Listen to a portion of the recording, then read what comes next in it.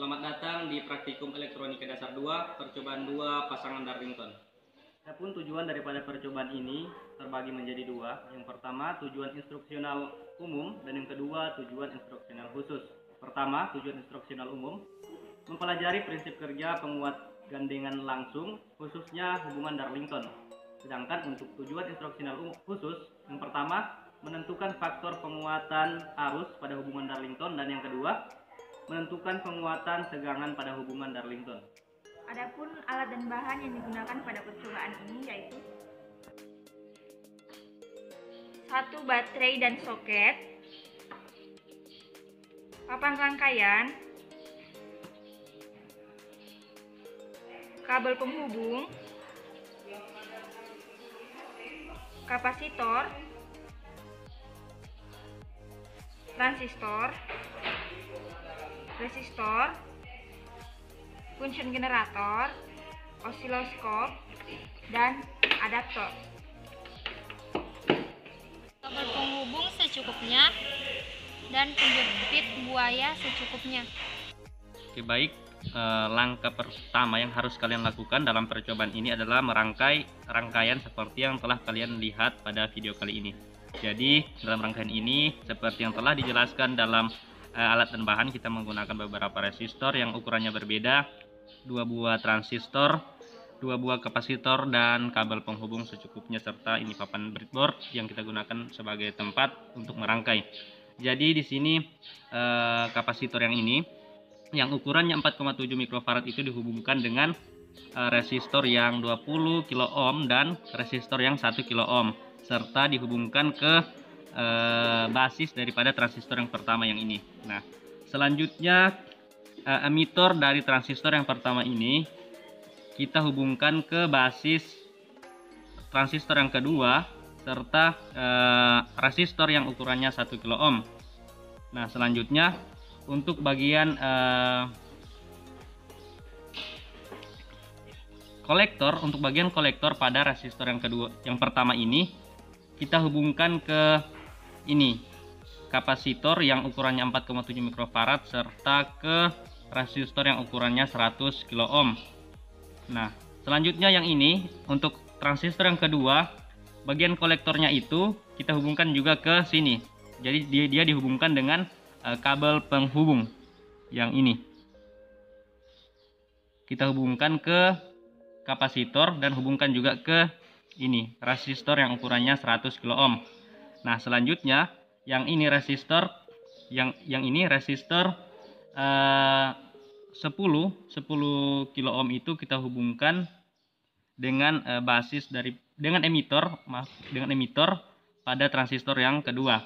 Nah, selanjutnya yang ujung daripada resistor pertama ini resistor yang 1 kilo ohm dan resistor yang 1 kilo ohm juga dan resistor yang 10 kilo ohm itu semua kita hubungkan jadi satu, hubungkan melalui ground ini. Selanjutnya untuk ujung daripada kapasitor yang 4,7 mikrofarad ini kita groundkan. Kemudian bagian yang terakhir resistor, bagian ujung terakhir resistor kita hubungkan yang 100 kilo ohm ini kita hubungkan ke menggunakan kabel yang putih ini, kita akan hubungkan ke baterai. Sementara yang bagian ujung ini itu juga kita akan hubungkan ke baterai. Ini kutub negatif, sementara yang ini itu kita hubungkan ke kutub positif baterai. Oke, untuk dua kabel yang ini, yang dari kapasitor itu kita akan hubungkan ke sebagai outputnya, kita akan hubungkan ke osiloskop. Untuk bagian dua kabel yang ini sebagai input itu kita akan hubungkan ke function generator.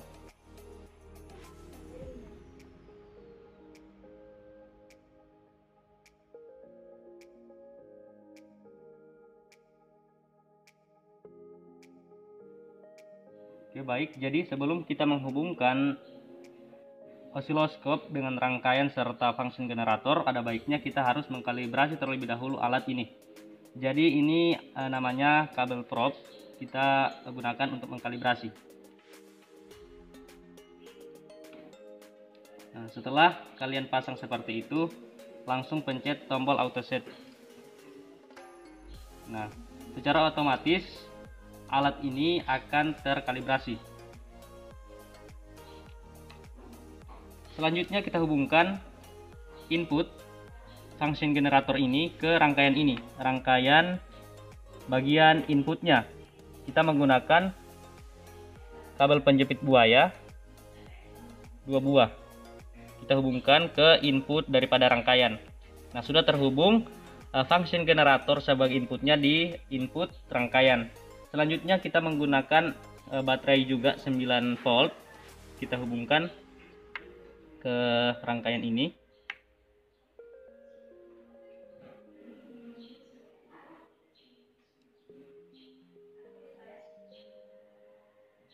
Kutub positifnya, sementara di sini kutub negatifnya. Jadi kalau di baterai ini, kabel warna hitam itu menandakan dia kutub negatif, sementara yang merah positif. Nah, setelah terhubung, selanjutnya kita akan menghubungkan osiloskop ini sebagai outputnya ke rangkaian ini pada output rangkaian.